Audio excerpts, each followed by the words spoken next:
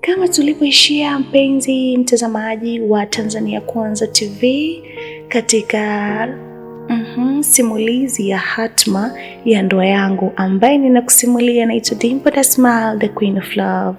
Basi kama tulipoishia pale ambapo Matron alimtumia SMS mlinzi wa ukumbi ule na kumwambia, kaka, kuna kaka amevaa kaunda suit ya dark blue, kuwa naye makini, muangalie kila hatua.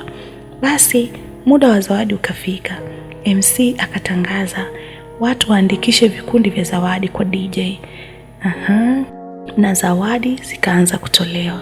Walianza wageni waalikwa, wakafata wazazi pande zote mbili, alafu akasikika MC akisema kuna zawadi special kutoka kwa mtu special ambaye ametoka sehemu special. Ukumbi mzima ulitulia tu wakisubiri kumuona mtu huyo special. Akatokea kijana mtanashati, kapanda hewani, six pack kwa shoda yake. Yani MC akamkabidhi mic na kijana kajiachia. Habari zenu mabibi na mabwana, natumaini mko poa. Ukumbi oyo, niliopo mbele yenu naitwa Rodic, ni rafiki wa bibi harusi. Nilipopata taarifa besti yangu anaolewa, nikasema siwezi kukosa. Nimetoka Italy jana na furahi kuwa hapa. Rafiki yangu kipenzi Rose, mimi napenda kumuita Sungura cause ni mjanja sana. Napenda kukupa maneno machache.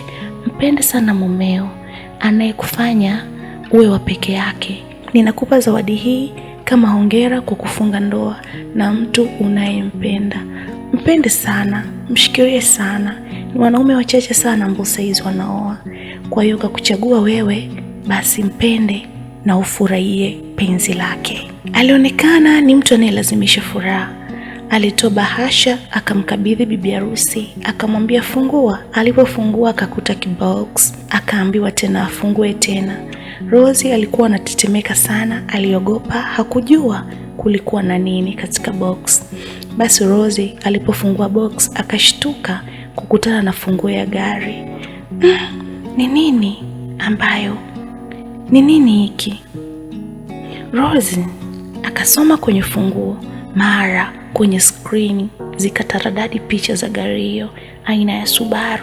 Ni gari ya ndoto za Rose, ni gari ambayo Rose alikuwa anaipenda. Imekuwaje sasa kaka huyu ameweza kujua Rose anapenda nini? Watu walipigwa na butwa, lakini ukumbi ukawa unashangilia. Rose alijiuliza, kwa nini Rodrick ananipa zawadi hii? Kweli ni kitu nilichokuwa nakitamani muda mrefu sana, lakini kwa nini anipe? Rose alijiuliza bila kupata majibu. Matroni wake akamwambia, usipanic Rose, tulia, hatuna namna, tulia tuone mwisho wake. Alipomaliza kutoa zawadi akampa mkono Rose na mume wake, akaondoka zake. Lakini alionekana kuwa na huzuni, ila watu hawakuelewa, lakini sisi wenye D2 tulielewa bwana. Mume wa Rose alimuuliza Rose, huyu ni nani? Mbona sijawahi kumsikia hata ukimtaja tu? Rose akamjibu, nilisoma naye Italy, pia utaona wengi tu kama utafanikiwa kufika. Mume wake Rose alikosa la, lakini alijikaza. Ndipo muda wa zawadi ukaisha, ukafata muda wa kula. Maharusi wote hawakuwa na raha, wakaenda kuchukua chakula kinyonge sana, na cha kushangaza kila mtu alibeba sahani yake na hawakuongozana kwa sababu muda wote Rose alikuwa akiongea na matroni wake. Walipomaliza kula, sherehe ikaisha, wakatoka kumbini wakaelekea nje. Walipofika nje, Rose alitamani kuiona gari, maana alikuwa haamini. Ili anamaliza kushuka ngazi ya mwisho, akaiona gari ikiwa imepambwa maua. Wapambe walitaka gari ifunguliwe. Basi matron akafungua mlango wa gari na kukuta bahasha kubwa iliyokuwa na kadi ya gari. Cha kumshangaza bwana harusi hakuwa anajua kama mkewe anajua kuendesha gari. Alipigwa na butwa Rose alipoingia kwenye gari na kuitest. Hapo sasa alihisi kwamba hawakuwa marafiki bali ni wapenzi. Akamvuta mke wake na kumwambia twende kwenye gari tuondoke. Walipofika kwenye gari akamuuliza mkewe, umefurahia zawadi yako? Rose akasema ndiyo, kwani vipi? Mume akamwambia, umepewa zawadi ambayo mimi siwezi kukupa kulingana na hali yangu.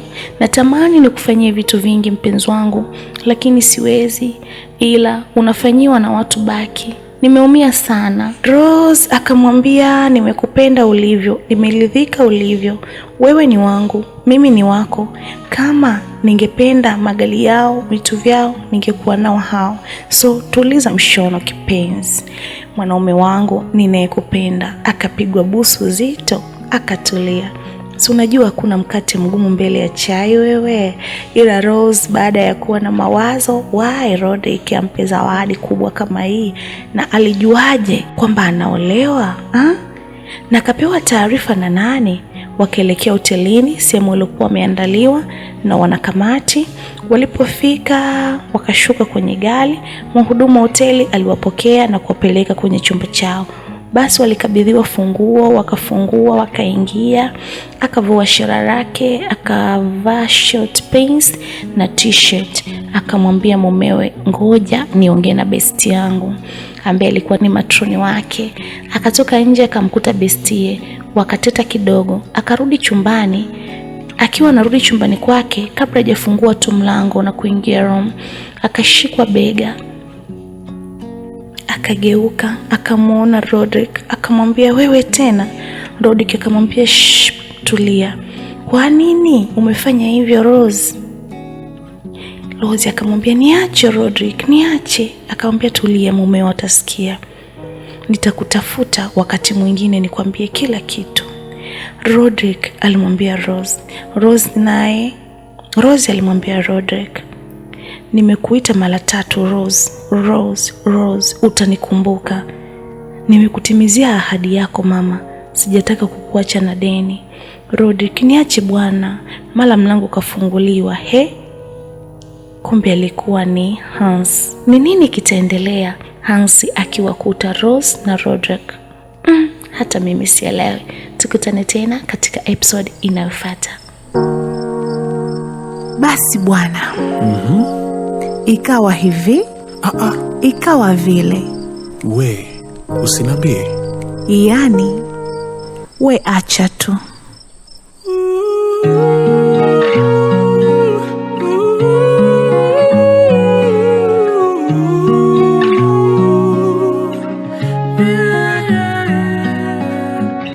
Stories on, the stories on, stories on, stories on, the stories on, stories on, the stories on, stories on. Na Dimple, that smile. Yes, the stories on.